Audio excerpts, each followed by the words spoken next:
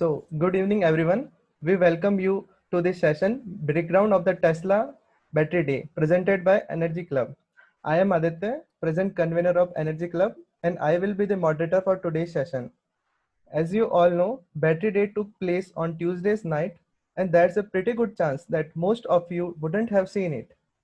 You might have read some news pieces to get hold of what the important announcements were, but you need an expert to understand what actually happened on the battery day and what it means for the future of Tesla electrovoltics and the batteries themselves. So we have our very own battery nerd, Satnam Bakshi, manager of Energy Club in the tenure 2017 to 18, who has become a recent alum of Department of Energy Science and Engineering IITB and will be joining University of Pennsylvania shortly. Also, participants can ask their queries in the chat box. We will take them at the end of the session. So without the further ado, I would like to call upon Satnam to deliver upon the topic. Over to you, Satnam. Yeah, so I hope all of you got that link, and it'll be great if you guys can just open that link and keep it on one of your, if all of you can keep that link open, that'd be really helpful. Oh yeah, okay, I think I just turned on my camera as well. So can all of you see me? Hello? Yes, Satnam, you are visible. Yes. Okay, I don't really want to show my face. I'll rather do a share screen so you guys can see the slides directly as I go over them. So that's what I'm going to go ahead and do. I hope you can see, I hope all of you have got the slides open as well. So I can just go over their entire presentation and explain to you what all they've talked about and why it's important and what is not so important. Okay. If you have any questions, please just put them in the chat. Okay. So I'm going to start off. Here we have Tesla talking about what all they've done so far, their gigawatt hours in production needed for small cars, their medium-sized cars, and so on, and what is the production capacity they would need for different vehicles that they're producing. And so you're aware that Tesla's got a few gigafactories that they've opened up. The first one was in Nevada in the US. Then they opened another one somewhere in Buffalo, New York. Then one in China. Then they've recently announced that they're going to open up one in Berlin as well. And then this particular announcement talked about a gigafactory they're going to open in, a terafactory they're going to open in Texas, just to produce these. So here I come to the first point, where they talked about 5 major things they're doing to reduce the cost of making battery cells. And so the first thing they've talked about is the cell design, and they talked about a tabless electrode. If any of you feel I'm going really fast, please just make a chat comment, or you can raise your hand, so then you can just include me or say that I'm going too fast, I'll slow down. Okay. So as you can see, they've talked about the 5 different steps that they've used to cut the cost of batteries per kilowatt hour by half. So they weren't very detailed. All they mentioned was that they removed the tabs of the cells, but they didn't mention how exactly they did that. So I did a little bit of digging, and I found they actually have a patent about it. So first, let me just explain to you. First, let me explain to you how a normal battery actually works. So that will give you a clearer idea. So I'm going to just share, I hope you guys can see this document that I've shared, that I'm put up over here. Please say no if you can't see this particular doc.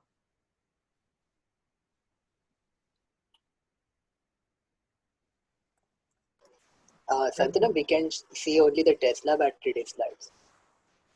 Okay, and now can you see the document? Hello?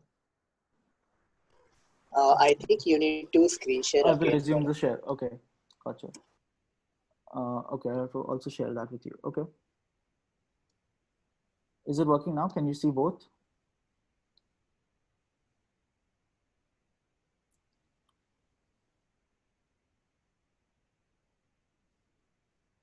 Hi. So guys, can you see this document that I've shared with you, or no? Oh, Satnam, we can see only the slides. Sure. So now it's visible? Yes. Yeah. Great. Okay. So for all of you who are newbies, like, or attending a battery talk for the first time, or have not done many courses, I'll just go over the basic idea of how a normal lithium-ion battery works. So you can see in this particular thing, this diagram gives a good idea of what the structure of the one on the right is the anode and the one on the left is the cathode. So as you can see, the typical anode used is graphite, and the red dots over here are lithium ions. In the middle, I have a separator that prevents the two materials from coming in contact with each other and shorting. And on the each of these materials is coated on a current collector. Okay, you can't have, like, because it's a slurry type of material, you can't coat it on nothing. It can't be freestanding. So you coat the anode on copper and you coat the cathode on aluminum. And the aluminum and the copper current collectors are connected to the outer circuit, and that's precisely what you have those tabs for. Okay, so I believe okay, so that's precisely what you have the tabs for. So I think every time I go between the slides and this, I have to reshare this thing. So I'll just change that. So as you can see over here, you have a tab, right, in the slide as shown over here. So you have a tab from both the electrodes, the positive one, the cathode, as well as from the negative one, which is the anode.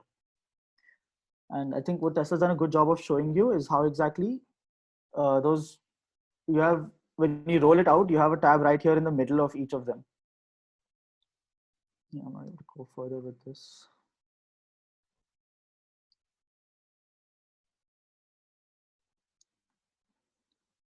So coming back to this, I hope you have a clear understanding of how discharge half cycle. In the discharge half cycle, the lithium ions move from the anode material to the cathode material, and in the charge half cycle, they move back.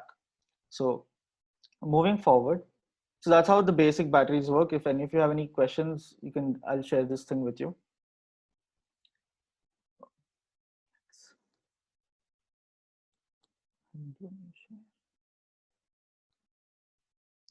So the main key thing that they've done is, so thing is, when you go from a smaller 18650 cell to a larger 21700 or a 26650 cell, the major advantage that you have is that you can pack a lot more material into the same cell. Okay, and if you see this particular diagram I've got for you over here on the left, the larger one is a 21700 cell, which is what Tesla used in the Model 3.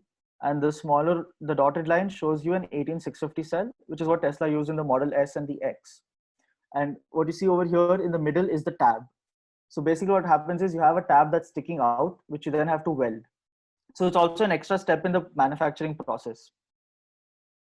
So the advantage is that when I have fewer casings, so let's say I can make the diameter a lot bigger. So this is an 18650, this is a 21700. Let's say I make it a lot bigger to like 26650. I can have a lot more energy stored in the same cell. And as you can see, so somebody's asked the question, how did you know these numbers like 21700? So okay, 18650 basically means the diameter of the cell is 18 mm while the length is 65 mm. And 21700 means a 21 mm diameter of the cylindrical cell and a 70 mm length of the cylindrical cell. Now, how exactly did they come up with those numbers initially? I don't have much knowledge of that. But so 1865 became like a standard size that was used in a lot of things. It was, I think, first by Sony. Sony used it in their camcorder. It's mainly been used in commercial consumer electronics. So the 1865 was not designed for electric vehicle applications, where you have thousands of cells in a single car. It was built keeping the consumer electronic market in mind. And then Tesla took it up and they said, okay, fine, we can use this for electric vehicles as well. But they realized that the cell was rather small and you have to pack such a large number, which is kind of why they went to a 21700 cell. They tried to increase the size. So if you see the next diagram that I've got for you over here, I hope it's large enough for you to see. If it's not, I'll just extend the size.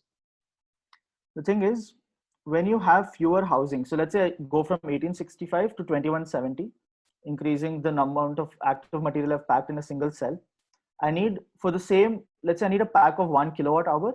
For the same 1 kilowatt hour pack, I need fewer individual cells. So it reduces my cost in terms of the number of housings of the cylindrical cell that I have. Yeah, someone has said there's no use of the number 0 in 18650. Yes, that's true. You might as well call it 1865. So furthermore, what also happens is that you have, because you have fewer cells per watt hour, you also have this is one of the bottleneck steps when you have to fill each of the cylindrical cells with the electrolyte material. So what happens is you have the current collector, you coat the active material onto it, you dry it, and then you wind it up like a jelly roll and put it inside the housing, and then you have to fill it with electrolyte. So that is a bottleneck step and it takes a lot more time. Fewer cells does not mean you're reducing the weight. Fewer cells generally means that I need fewer cells to make the same amount of watt hours, so it's faster for me to process. What does happen is that you have more active material in a single cell. So yes, you increase the energy density of a cell by a certain degree, but the increase in energy density is not very high. So the main point is that in the manufacturing process, for a pack of, let's say, 1 kWh, I need fewer cells. So manufacturing that becomes a lot easier. Winding extra circles is much faster than actually having more casings and filling them up and so on. So that's one of the main reasons that there's a huge motivation to increase the size of the cylindrical cell from 18650 to 21700. But as you go further, let's say I want to go further, like you already have 26650 cells, right? But why doesn't Tesla use those? Or why don't I just go crazy? Why don't I have like 4680, which they produce today? The main reason is that the wider the cell is, the harder it is to dissipate that heat generated from the center of the cell. So I'll show you a COMSOL simulation which I had run, just the result of that. And if you look in this diagram, the radial thermal conductivity of the cell is really poor. Okay, so the thing is, I have a battery, I have so many windings that are there over here, right? And now the heat that's being generated in them can't escape this entire system very easily because the thermal conductivity in the radial direction is really poor. So what is the way I can dissipate this heat? You generally have a cooling system that will probably cool the outer casing of the cell. But the inner part, the active material sitting in the center of the cell is pretty hot. And so that's why your temperature of the cell increases. And what this diagram basically shows you, there's a significant temperature gradient from the center of the cell to the periphery of the cell. So now let's say I make this a lot bigger, I'd have a much larger temperature difference. And the center of my cell would be a lot hotter compared to the periphery of the cell. So this basically means that now my charging and discharging is going to take place at a much higher temperature. So this is something that we really want to avoid because the electrolyte that we use is generally an organic electrolyte that is sensitive to temperature and a lot of side reactions take place. So I think a lot of you might have noticed if you look at just your phone batteries, for example, within 2 years or 3 years, it doesn't last as long, right? Like let's say on a full charge, it used to last 12 hours initially, but then later on it starts lasting 8 hours and then fewer than that. So the main reason is that during charge and discharge and constant heating and so on, a lot of the active material, a lot of the electrolyte, they have reactions that take place in the electrolyte, which end up consuming the lithium that is used for storage of energy. So that is something we want to avoid. We don't want the temperature of the cell to rise considerably. And of course, there's always the risk of thermal runaway. So let's say the temperature of the cell rises considerably high, then you have the chances of catching fire and safety issues, etc. So I have a question here. We have to optimize the cell by taking into account both the factors, heat dissipation rate and size of the cell. Yes, Balwinder, that's correct. That is precisely why we did not have like cells that were larger than 21700 or 26650 before, because people were worried that, okay, the temperature would increase considerably and it's not safe. So the solution is what? You try and either improve the way you remove the heat from the cell, or you look for materials which have better thermal conductivity. So what Tesla did is pretty smart because they just use existing materials. They've changed the chemistry a little bit, but they've not made major changes to it. Using existing materials, they got rid of the tab itself. So I'll give you, this is the diagram that's shown over here. I want to share a video with you guys which better explains this entire thing.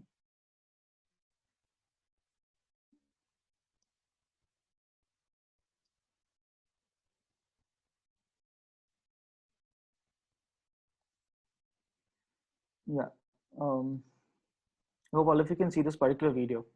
So as you can see, this is the entire electrode that is going to be wound up, right? So this is the entire thing opened up. And as you can see, there's a tab in the middle. So some cells do have more than one tab. They probably have 1, 2, or 3 or 4 tabs at most, but then those need to be welded together. So I'm just going to play about a 1-minute clip for you to understand how this works exactly. So because I have the tab in the middle, the lithium ions and the electrons have a much longer, path to go to the tab and then go to the external circuit. And what Tesla has done, which is pretty smart, is they've eliminated that single tab that was there and that limited conductive area. And what they've done, which is shown below, is they've had a much longer tab that goes along the length of the electrode.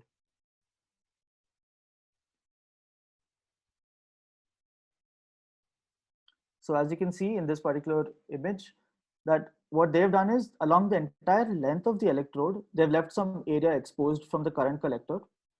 And what they've done is, okay, so let the electrons go through that directly instead of going to a single tab. Okay, so this gives a much shorter pathway for the electrons to flow. So because the electrons now have a much shorter distance that they need to travel, the resistance pathway for them is considerably lower. And that's very good because that reduces your ohmic losses. The resistance goes down, and so your I square losses are much lower. So your temperature increase in the cell is considerably lower because of this key innovation that is there. So getting back, there's one more thing that I'd like to show you guys.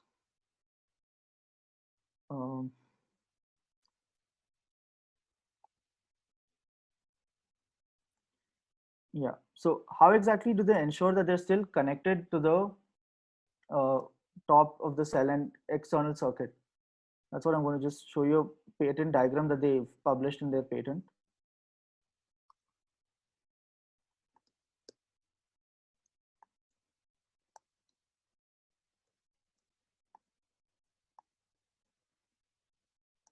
Yeah, let me just share this with you. So if you see this particular diagram, I hope all of you can see this diagram of the cap that I've shown over here. So they've redesigned the entire cap of the cylindrical cell. So they've redesigned it in a way that now the top of my electrode that's sticking out, right, which is exposed, that is in contact with the cap of the cylindrical cell, and that is connected to the external circuit. So in fact, I have a cylindrical cell right here, which I can show you. So if you can observe the top of the cell, they've modified this cap such that the entire electrode material, the current collector is touching this for one of the electrodes, and the other one is touching the cylinder itself.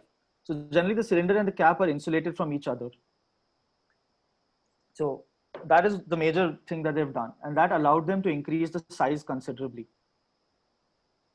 So if you have any questions, hello. If you have any questions, please stop me right now.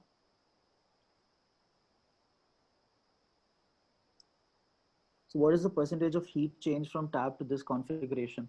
So I believe they've talked about it in their slides. Okay. I don't believe the slide is showing you the entire thing. I think they've talked about, I've seen certain figures, but they haven't given out a paper, so I can't tell you the exact numbers. They haven't talked about that. Just a second, guys. I pause the screen sharing. So can any of you ask any other questions that you have regarding this particular thing that they've done?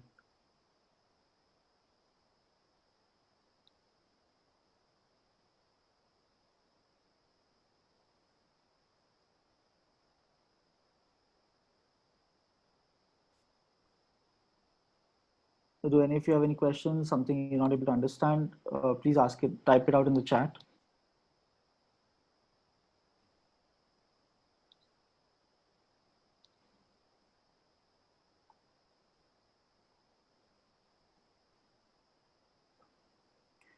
Okay, so as nobody has any questions, I'll just resume. So I'll continue with the remaining slides that are there. Somebody said, are you going to discuss about the thermal management of the battery? No, I'm not. So I'm not going to get into how do people normally manage thermal aspects of batteries. I'm just going to stick to what all Tesla has done in their presentation, and I'm going to explain to you why that's important.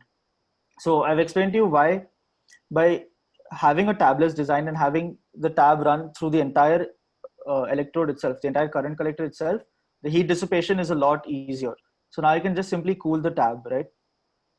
So because I have my entire thing, the entire current collector acting as a tab, I have a lot more area for heat dissipation. So it's much easier for me to cool it from there. So that's all that I'm actually going to talk about with regards to thermal aspects. Back to the slides that we're going over. So they've talked about how they've talked about something called as shingles. And if I look at the particular diagram that they've got, I don't fully understand how they've done these things, and they haven't really revealed it either. I tried to look around at their patents, but they haven't really talked about how they've got this I particular. think they made small slots and they just folded it inside. So Yeah, they made a long continuous copper tab, and then they made small triangular shaped cuts, I guess, and that's how it fits along. I yeah. think. Okay.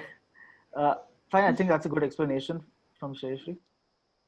So then moving on, what they've done is they've increased the diameter a lot. So because they improved the thermal performance and the thermal heat dissipation, they had the freedom to just increase the diameter considerably without compromising on the performance of the battery and its the number of cycles that it would work and so on. So that's why they were able to get this 4680 configuration.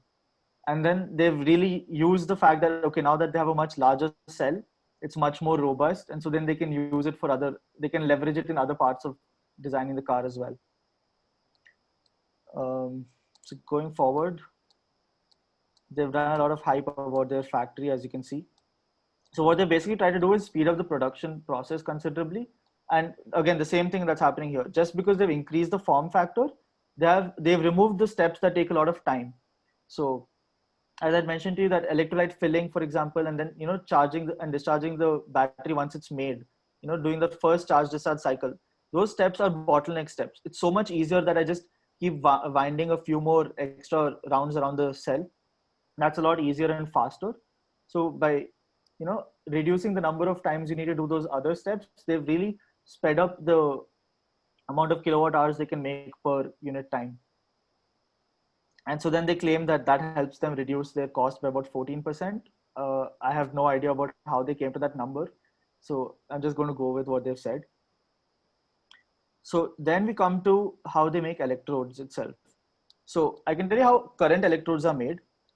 So what we normally do is, you have the active material. Let's say for the anode it's graphite, and you also have a binder. So binder is generally something that ensures that the active material sticks to the current collector.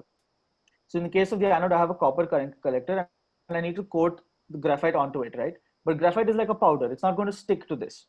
So what you do is, you take a solvent, which is generally an organic material or generally toxic material. It's N-methyl pyrrolidine is typically used in industry for lithium-ion batteries. It's called NMP. And you basically dissolve this binder called PVDF, polyvinyl difluoridine. Right? So basically you dissolve the binder into the solvent, and then you add the active material to it as well, and you create a slurry. Okay, so which is what he's talking about here when he talks about the mixing process. And then that slurry, which is like a thick, gooey, uh, kind of viscous liquid, it's coated onto your current collector, and then it's put through like these ovens which basically dry it. Okay, and once that is done, I have my electrode active material coated onto a current collector. And then what basically with the ovens do is they evaporate the solvent. So you have this entire process of solvent recovery because you don't want the material to go to waste. And then once you coat and dry it, then you get to the next steps where you sit and wind it, and you also compress it to a particular size, and after that particular thickness, and then you get to the next steps where you wind the battery and so on. So what they've done is, they're like, okay, let's get rid of this entire thing because I have to sit and do solvent recovery, and I have to sit and compress it, mainly because I have like a liquid slurry kind of material. But instead what they're like, okay, let's just go with a powder and just like have a compression, kind of like two rollers, and like compress it to a certain thickness, and I should straight away get my material. Right, so let's just get rid of the entire mixing step and other things, but this is very hard to do. Okay, and I think they've also talked about the fact that they've done it on a small scale, but they've not been able to scale it up. So the reason this is really hard is that when you have like a powdered material, and how are you going to make it stick to your current collector? Okay, that's something that's really challenging.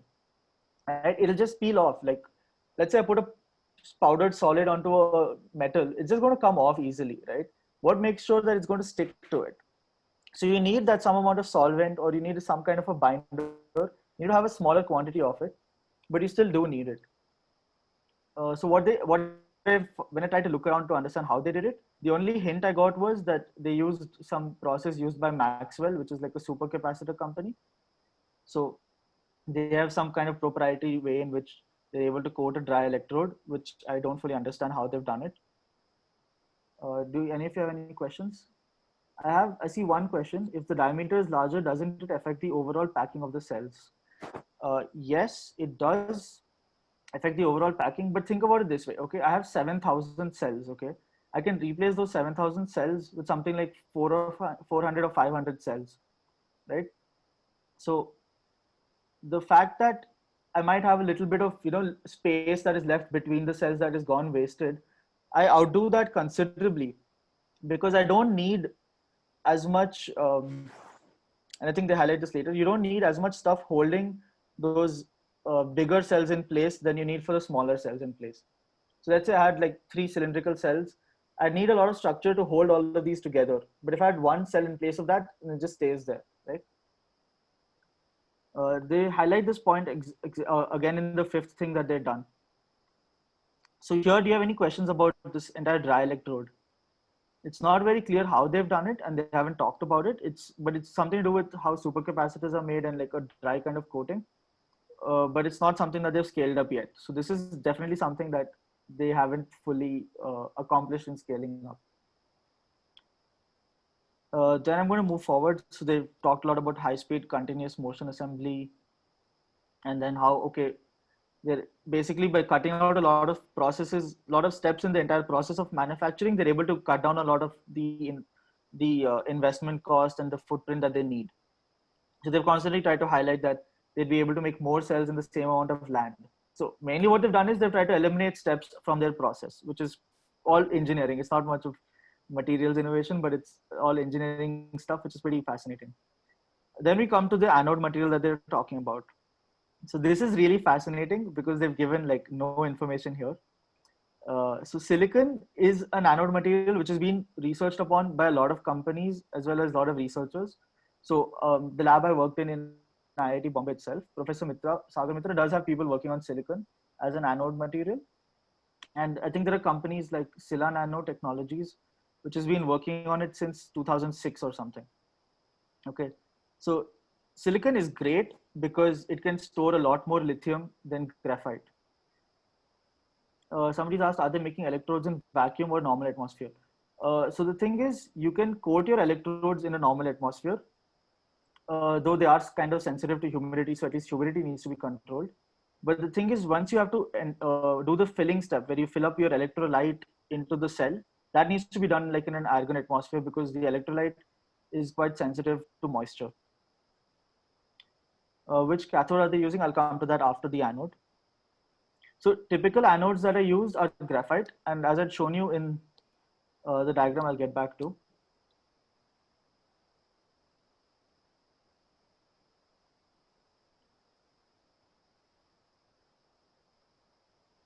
Yeah, so I'll get back to this. So as you can see, the typical anode material that is used is graphite.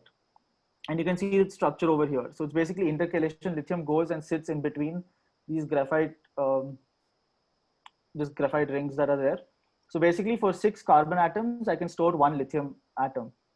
Okay, and that is why lithium can only store, graphite can only store about 372 milliampere hours per gram. So if any of you attended my talk last year, I'd explained how do you come to that number. I'm not going to do that right now. The point is that 6 carbon atoms can store 1 lithium ion. So about 72 grams of carbon are needed to store about 6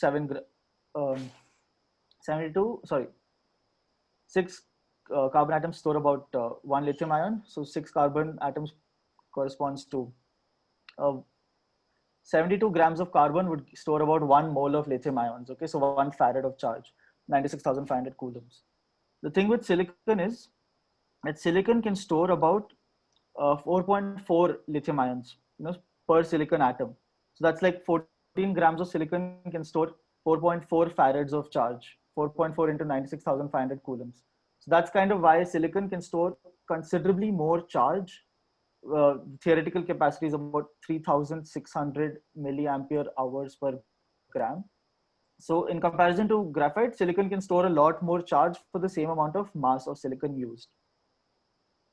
The main problem that comes is that, okay, now I have silicon that is there. Okay, I have a nice structure of silicon that's there. And now I'm adding so much lithium to it. So naturally it's going to expand. And the problem is when it expands, it kind of breaks contact with the current collector it was coated on. So my current collector is my connection to the external circuit. Through the tab, it goes to the outer circuit. The moment the silicon loses contact with that, it's of no use if lithium goes and stores inside it. I don't get, those electrons can't find their way to the external circuit. So my battery does not show that I can't store those charges in the battery. So that's, I hope you guys can see this particular image I've got here. So silicon nanoparticles, as they're charged, the lithium gets intercalated into it. It expands in volume considerably. Discharges, it contracts in volume. Again, it charges, it expands in volume. And over time, it basically breaks contact with the current collector itself. So this is what leads to a huge drop in my capacity.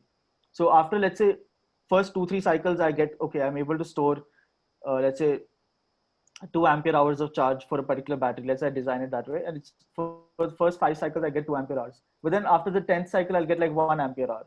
After 50 cycles, I'll probably get half an ampere hour, right?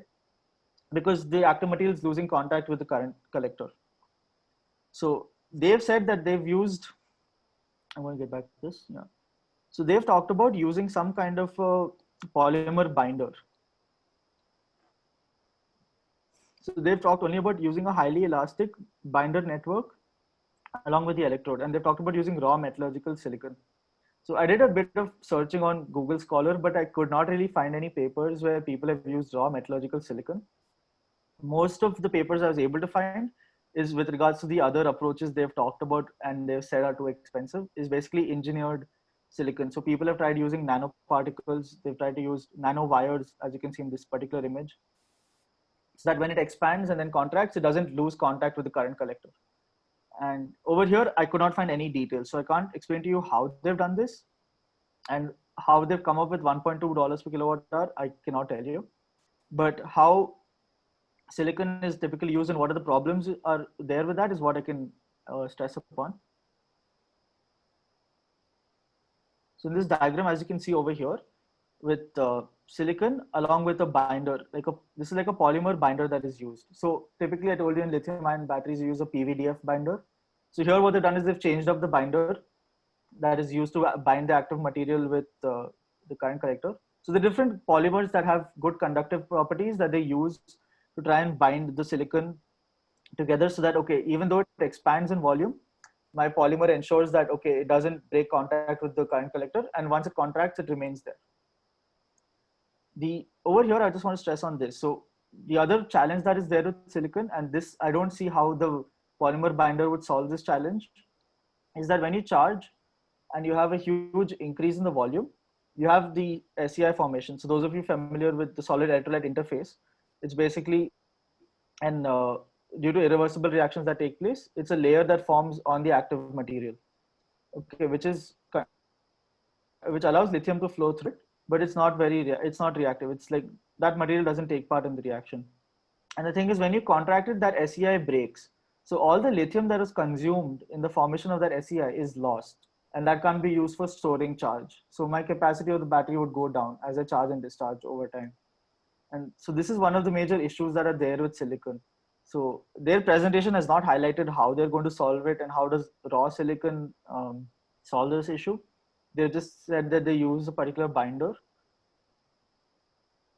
All they've talked about is that they've used a particular elastic binder and they're using metallurgical silicon. So the only hypothesis I have over here is that they've eliminated the engineering processing costs that are there in synthesizing engineered silicon. So, okay, making nanowires of silicon is kind of expensive. So they've just eliminated all those processes and said, okay, let's just take the cheapest form of silicon we have. We'll get whatever capacity we get. They'll obviously not get anything close to the theoretical ideal of 3,600 mAh per gram. So they'll probably get something closer to, maybe a little more than graphite using this process. But what they've succeeded is, okay, they've cut down cost considerably. So the main highlight here is, okay, they've switched from graphite, which could be a little more expensive, to silicon, which is very abundant. And even though it may not increase the energy density as much. Do you have any questions? Please ask on the chat. So now I'm going to move on to the cathode material that they did. So the main thing they've highlighted over here is that their existing thing, they use nickel, manganese, cobalt in most of their batteries. I'd never really found a mention of lithium iron phosphate used in their batteries earlier, but they've talked about it this time that they're going to try and diversify their ways of making batteries. So lithium iron phosphate is a very well established chemistry. These are all like the intercalation type of battery materials that are used. So it has a structure, the lithium ion goes and intercalates into it. It goes into it during discharge, and then it goes out of it during charge. As simple as that. The thing is, lithium iron phosphate is well established, and it's considerably cheaper because iron is very abundant, but it has a much lower capacity. So I would have a much lower energy density battery with this. So in my phone, I will not have lithium iron phosphate used because in my phone, I want it to be as light as possible and give me maximum energy stored. So in your phones, you typically have lithium cobalt oxide. Lithium iron phosphate is mainly useful for applications where I don't care too much about how much energy is being stored and what the weight of the battery is. So what they've done is Tesla's talked about is diversifying their battery supply. They're going to use iron based for cars which are of their low range, as well as for their power walls and their grid power storage products that they have. Then they're going to use nickel and manganese for their medium range, and they've gone with high nickel for the long range vehicles that they have. So key point here is that they've tried to get rid of cobalt. Okay, this is not as easy as it looks, because when you go try and increase the nickel content in the battery becomes kind of unstable. So the main reason for this is that this structure of lithium nickel oxide that is there, that is not as stable when you keep charging it and discharging it. So there are possibilities that at certain voltages, some of the O2 minus ions, they get oxidized into O2, right? And that is kind of dangerous for the cell. So that's why it's not been as easy to like eliminate cobalt, but they've considerably reduced it, and they've found a way to do this. Do any of you have any questions?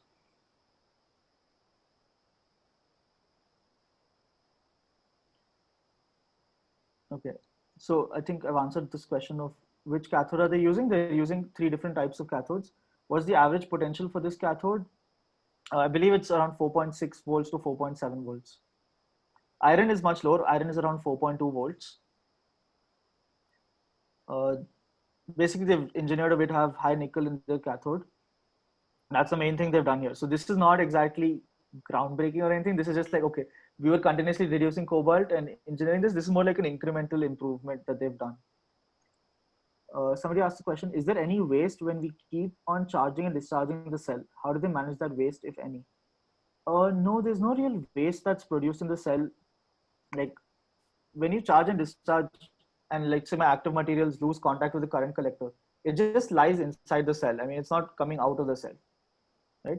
Some cases when you have side reactions that produce O2 or O2, then your cell might puff up a little bit. But the thing is, what happens eventually is that you just don't get so much energy out of the cell, and so you'll eventually stop using the cell. Okay, so I think 4.6 to 4.7 is high. 4.6 and 4.7 is generally when it's fully charged. Like those are like the upper limits, not when it's fully discharged. Typically, the voltage of a cell when it's fully discharged is around 3.7 or so. This kind of varies from chemistry to chemistry. So then moving forward, they've talked about their cathode manufacturing. So cathode manufacturing has a considerable cost to it. And one of the issues with cobalt was that cobalt prices were increasing a lot. And most of the cobalt resources that exist are in the Democratic Republic of Congo. And so apparently there are a lot of human rights violations taking place in cobalt mining over there. And so they've tried to, also address this because there's a lot of awareness about that. Here is another place where they've given no details whatsoever. And I'm a little confused about this because all my research, whatever I've searched and whatever I know about lithium mining is that you generally mine lithium from salts, brine solutions and stuff present in Chile, one major place. A lot of lithium resources are in Australia as well, but generally you have lithium carbonate, which is sold, and lithium carbonate is what is used for the cathode production starting off. And they've talked about a metal sulfate. Well, there are some resources that are used that have lithium sulfate as a beginning, but not a lot of mining is done from lithium sulfate. So this is something I couldn't find any details on, and I don't really understand what they're doing over here. So they've talked about using some sort of clay that is there, and then apparently you add salt and you just get lithium out of it. I found a lot of criticism from some of the mining companies. When I tried to search about this, I found a few mining companies criticizing it, saying that, okay, apparently there's some new process which nobody else knows about, and it's kind of overhyped and not really, most people don't know what they're exactly talking about. But apparently, if they get into the mining business, they would considerably reduce their costs. So I'm not going to comment a lot on this because it feels more like hype more than actual like fact. So if you have any questions about this, you can please post them in the chat. And then they've gone about talking a lot about, okay, how they're going to produce most of their lithium and nickel and all that in-house in the US, which is all just, okay, press. They're just trying to create a lot of hype around it. Yeah, so this is kind of interesting. So they've also talked about recycling elements from cells. So the fact is that right now they don't really recycle many of the batteries that they put out. And the main reason is that the volume of electric cars right now is really small. Okay, I think I looked up a statistic or something that only around 1% of the cars being sold at the moment are still electric vehicles. So the fraction of EVs in the global fleet is very small. So that's why currently we don't have enough volume of, spent out lithium-ion batteries out there for you to sit and mine and get back those materials. But it makes a lot of sense. So they're definitely looking forward. They're thinking way ahead when they're talking about developing their own recycling thing. Because naturally, if you have to mine out from if you have to mine out from an ore, it's much easier uh, to mine from your own batteries rather than from mining from an ore. Okay, so there's a question that, so they'll use lithium in the future and not sodium or potassium. Yes, the thing is, so even though people do research on sodium and potassium, I'm personally not really optimistic about those becoming mainstream, mainly because they can't give you the kind of energy density you want for a car. So the thing is, you want your car to go like 300 miles or something, because your current petrol cars go pretty far, right, on a full tank. So most people want their electric vehicles to be able to go just as far as a petrol car is able to go. Only then they're willing to change over, right? And filling up petrol takes like 5 minutes. But if I have an electric vehicle, it takes me quite some time to charge it. So that's one of the main reason is that the energy density of a sodium ion battery or a potassium ion battery is much lower. Because if you think about it, each lithium ion is used for storing charge, right? So I'm able to store 1 electron worth of charge, 1.6 into 10 power minus 19 coulombs per mass of lithium, which is 7. While for sodium, to store 1 electron worth of charge, I have a mass of 23. And for potassium, it's 39. Right? So directly there, I'm getting a lower energy density. Melting point is also a very important aspect. I'm not sure if the melting point is that important. It's mainly the voltage that I'm getting. So lithium also has a much more negative standard potential. So lithium versus graphite, I'm able to get 3.7 volts. But let's say I use sodium versus graphite, I would get a much lower voltage. I think it's around 2.5 or something. So naturally, then the energy stored is considerably lower, right? So my energy density is lower. So here they've talked about the fact that over time, in this graph, they've shown that as the number of batteries they put out considerably increases, it'll be much easier for them to recycle their own batteries. The last thing they've basically leveraged on the first part. So last thing they've talked about is, okay, now because we've changed the size of our cell, we made our cell much larger, right? So it's much easier for me to stack those cells in the vehicle itself. Now, because I have a 46 mm diameter cell that's much more robust, okay? And so let's say instead of so many 18650 cells that I had, they showed over here. Yeah, so instead of all these 18650 cells I have over here, and I need these things to hold those 18650 cells in place, right? So I have all these things that kind of keep the structural integrity of the car, as well as hold the 18650s in place. Now that I have a much bigger cell, which is much more robust, I can just eliminate those structural things and I can just use that itself, right? So what they've essentially done, this is pretty fascinating. They've just basically leveraged the first point. Basically, okay, I've improved thermal conductivity, so I can increase the size of the cell. I increase the size of the cell, so I can cut out on the structural aspects of my car. It's pretty brilliant. They've just used one innovation and then leveraged it in other places. And so by doing this, what they're essentially doing is they're cutting out the non-battery costs, non-battery weights in the car. So like all this stuff that's holding the battery in place is necessary mainly from a structural point of view to give the car its structure, and they've gotten rid of that. So that basically gives you more space to add batteries into your car, and it reduces the weight of the non-battery stuff in the car. So that's very brilliant in terms of what they've done, and that would help you increase the range of the car considerably. So as I mentioned here, 10% mass reduction, and so hence a 14% increase in the range. I think I'm basically come towards the end now. So do any of you have any questions on this? Yeah, thank you so much, Satnam, for your valuable talk. So we have shared a form for pre-talk questions.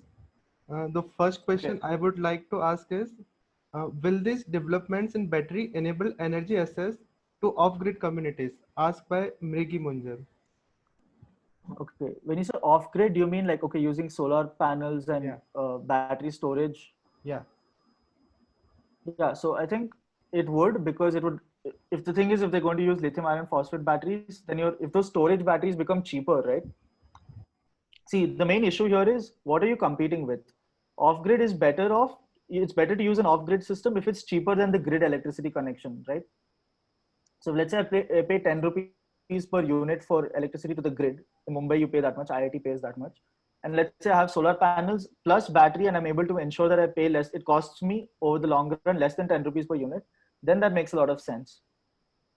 So currently, I've seen like solar contracts go as low as 3 rupees per unit on the large scale. But if it was a residential apartment, solar is still kind of expensive, maybe 5 to 6 rupees a unit. The issue is that batteries are still pretty expensive in India. So when you add batteries to the solar, it becomes like 15, 20 rupees per unit. So yes, I do think that once they innovate on this further, this huge drop in cost would definitely make that more feasible. More people will think about, okay, yeah, I can put a power wall in my house as well, and that should make it. That should be that along with solar panels would be cheaper than the grid. Uh, did I answer your question? Yeah. Uh, so there is another question. What are the issues with new battery technology like zinc bromide batteries? Why is Tesla not shifting to that? Okay, zinc bromide, I don't know much about. I believe zinc bromide is a redox flow battery material that's being researched on. Well, the thing again comes is energy density, right? So zinc itself is a much heavier metal, and zinc gives you Zn2 plus. So those two electrons, to store two electrons, I need a mass of Zn, which is I think about 60 or something, right? So I need considerably more mass to store the same amount of charge. So it always basically comes down to that, right? So that's one of the reasons I believe they've not used zinc bromide. Also, zinc bromide, again, what is the voltage that it produces? So if let's say the zinc bromide is used for, if zinc was used as the anode material, Zn giving Zn2 plus, I'm not sure you'll get a high enough voltage as like 3.7 or 4.2, right? Using a zinc bromide battery as you would with lithium ion. I hope I've answered your question. Yeah. So you have some more slides to show, or will I add the session? Yeah, I think I've covered most everything that Tesla's done. I'm not going to talk about the Tesla Plate or any of that. Okay. What I will share with you probably by tomorrow evening is this document which I was trying to talk to you about, along with a few links, so that you have some sort of a document to refer to. 3 months down the line or 5 months down the line, you just have a document to refer to, so that uh, you have some sort of notes. So that is something I'll share with you guys. I don't expect all of you to take notes while I'm talking. So, do you have any questions right now? You can ask on the chat, or if you have any other questions in the Google form, please ask them. Yeah. Any of you want to ask the questions can unmute and ask. Okay, I see 3 questions in the chat Yeah. box. Let me just answer those. Are they working on graphene? See, graphite is basically layers of graphene. So, I mean, I don't really see a difference when you say graphene or graphite. It doesn't really make a difference. It's basically graphite is made up of layers of graphene, right? Graphene is a single sheet of graphite. So, no, I don't think they're working on graphene. They're trying to move towards silicon because silicon is much cheaper. Silicon is like the second most abundant material after oxygen in the Earth's crust, and yeah, so and graphite is a little more expensive. So please share the slides as well as the paper on the working of a standard cell in the chat box itself. I don't really have something available, a paper like that available right now, but I can put that together and send it tomorrow along with the notes. how do you see India and battery technology, lithium sodium? Will Tesla try India as a battery manufacturing hub? That's an interesting question. I'm not sure because I don't see India having a lot of lithium reserves. So I don't think they'll sit and do mining over here. But India is definitely a huge car market, right? Like a lot of people in India want a car and they want an electric vehicle as well. So I definitely think that Tesla will at some point come and try to sell in India. And because it'll be cheaper to manufacture in India, if you want to sell in India, they would come here. So that is, I hope that answers your question. So do you think lithium batteries are the ultimate? Why not new battery technology like zinc bromide? To that, actually, I would say, yeah, I do think lithium batteries are ultimate because you can't change the properties of the materials in the periodic table, right? And lithium has that advantage where it's super light. Zinc bromide batteries might work for other applications where I don't care about the mass of the battery, right? But for as far as EV applications are concerned or phone applications are concerned, everywhere where I have a mass constraint and I want it to be as light as possible, I would use lithium batteries. I just want to mention a couple of things. So they're working on silicon as the anode material, right? But you also have lithium metal as an anode material, which has been promising for like 30 years or something, which has this problem of dendrite formation. But if people could find a way to use a solid electrolyte and or solve that dendrite formation problem in lithium metal, then that is also a very attractive anode material, which would give you a much higher energy density. And with regards to cathode, one of the upcoming materials I'm aware of is sulfur. That's something I worked on during my DDP. So that is also kind of exciting because generally right now, even what Tesla is talking about, lithium, nickel, cobalt oxide, or all of these can only store about 320 milliampere hours per gram or so. But with sulfur, people have been able to cycle cells with 800 milliampere hours per gram or 1000 milliampere hours per gram. Sulfur has a lot of issues, but there are some promising things there, and so that could become a reality in the future, like lithium sulfur batteries. But yeah, I don't really see lithium ions themselves being eliminated anytime soon. I just don't see that happening. Do you have any other questions? Yeah. So Arya want to ask that why Tesla not using fuel cells instead of batteries? Okay, that's a very good question. Okay, so fuel cells don't exactly store energy, right? They convert it. So in a fuel cell, what happens is you convert hydrogen and oxygen to electricity, and for that you need to have hydrogen stored, right? Yeah, I see somebody's answered fuel cells aren't as energy dense. I think the right answer is more like they're not very energy efficient. So let's say uh, I need to store hydrogen, right? So where do I get that hydrogen from? So most companies, what they do is they do steam methane reformation. So basically you make methane react with, I think H2O, and you get CO2 plus H2. So in steam methane reformation, one is you produce CO2. Okay, so that's one of the issues with it, but that's one of the best ways that are currently used for producing hydrogen. The storage of hydrogen is a problem. Okay, so uh, I believe the tanks that you need are like they use titanium and things like that. So the materials and the other way, sorry, metal hydrides are also used. Metal hydrides for the storage of hydrogen, and that's pretty difficult. So the thing is with hydrogen, you can't transport it as easily. So let's say in one place I'm producing a lot of hydrogen. I can't put like, a hydrogen pipeline or something to, distribute it as easily as I do with petrol, Petrol is easily transported through tankers and pipelines and so on. But let's say I want the same infrastructure for hydrogen.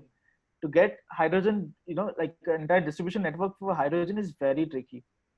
So there is this company, if some of you have been following the news, that came out very recently. I think it was called Nikola, and they're promising hydrogen-based trucks, semi-trucks, essentially. But when I tried to dig a little further in that, I found out that apparently they haven't really like their first prototype was not exactly working, and they put it on an incline to show that it was working.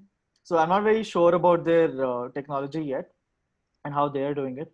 But these are the main issues with hydrogen is that distribution of hydrogen is very tricky. It's also very light, so you need very good materials to store it. So it could like one tiny leak and all your hydrogen is just going to evaporate. So it's just going to like because it's very light, it'll just rise off and leak away. And yeah, that's about it. And yeah, other main point I wanted to mention was, so let's say use electrolysis to generate hydrogen. So let's say I go from electricity to hydrogen back to electricity. That process itself has a kind of low efficiency, somewhere around 40% or so.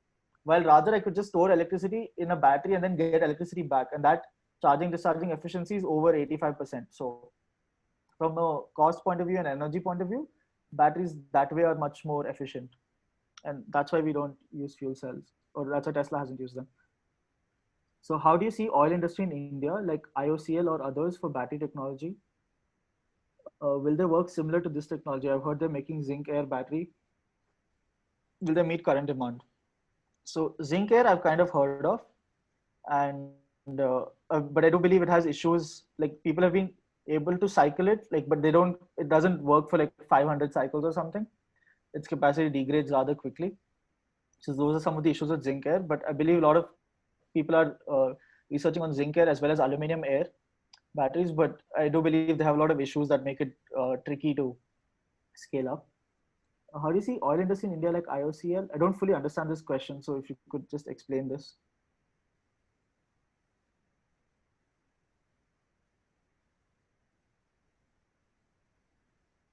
Any other questions, guys? You can either unmute yourself or you could type it in the chat box.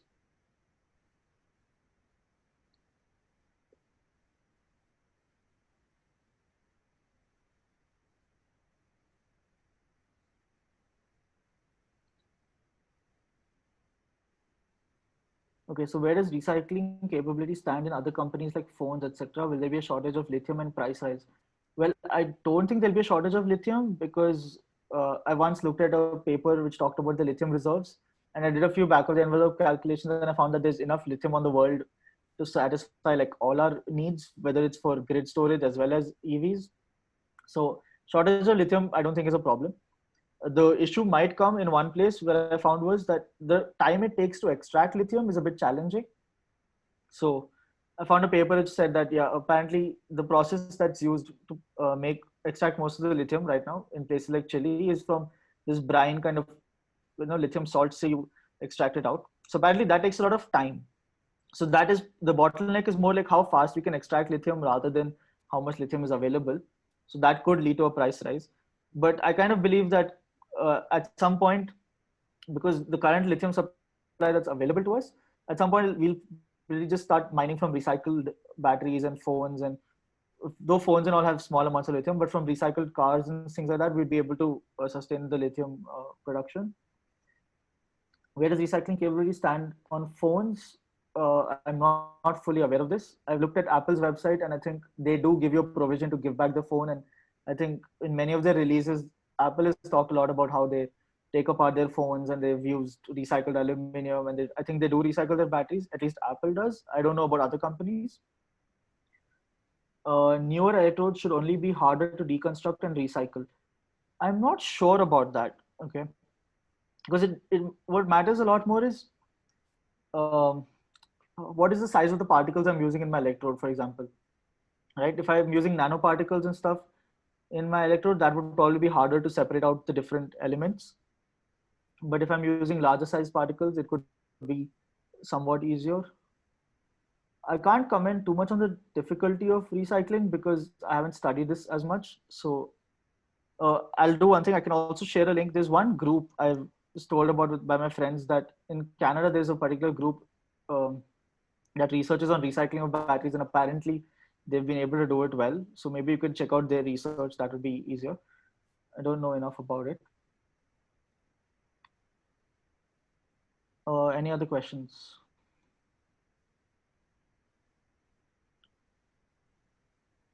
Okay. So Athar, or whoever the moderator is, do you have any other questions, or we can wrap it up? If any of you have questions that you want to ask me, like something comes to your mind tomorrow or later on, or like a week later, a month later, or years later, I'll share my email ID in the chat. So you can definitely send me an email. That's the most convenient. Otherwise, you can find me on Facebook. I generally respond to Messenger, so that's not an issue. So yeah, if you have any questions on batteries or like, I'm going to go for an MS in material science. If you have any questions on energy in general or career related questions, do show. It's completely okay if you like reach out to me and ask for advice or opinions or anything, or if you need help with regards to like resumes or what else, SOP writing or anything, don't hesitate to message me or send me an email or anything. So Atharv, Yeah. any other questions, or shall we wrap it up? Yeah, I guess all the questions have been answered.